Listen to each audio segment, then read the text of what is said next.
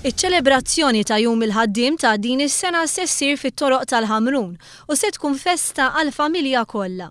Se jkun hemm logħob u divertiment b'animazzjoni għat-tfal, festa ta' ħxejjex u frott u għażla ta' ikel u xorb varjat. Sabiex iċ-ċelebrazzjoni tkun ta' benefiċċju għall-poplu Malti Wawċi, dawk li se jattendu qed ikunu mħeġġa biex jagħtu d-demm fil-Mobile Blood Bank Unit li se jkun għad-dispożizzjoni tal-pubbliku. Iċ-ċelebrazzjoni se tiftaħ b'marċ mill-banda tal-Partit Laburista minn ħdejn iċ-Ċentru Laburista għal triq il-kbira San Giuseppe il-Ħamrun fejn se jiżvolġi l-mass meeting. Fl-4 ta' filgħaxija fuq il-park prinċipali jiftaħ l-ispettaklu permezz ta' diversi preżentaturi. Il-qofol ta' din iċ-ċelebrazzjoni jintlaħaq bid-diskors tal-Prim Ministru Dr. Joseph Muscat għal-ħabta tal-5:30 ta' wara nofsinhar.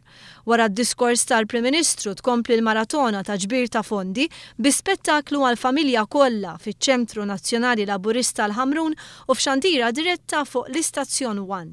Ta' min jgħid li l-ewwel ta' Mejju ġie ddikjarat Jum il-Ħaddiem fil-Kungress ta' Pariġi fl-1889 u beda jiġi ċelebrat f'bosta pajjiżi differenti.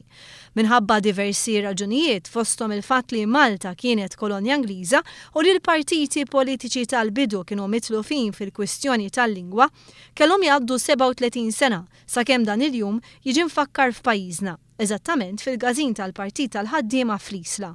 F'Malta l-Partit Laburista kien dejjem minn ta' quddiem biex jiċċelebra dan il-jum, biex primarjament ikunu mfakkra l-kisbiet li saru matul iż-żmien b'risq il-ħaddiema u l-familji tagħhom.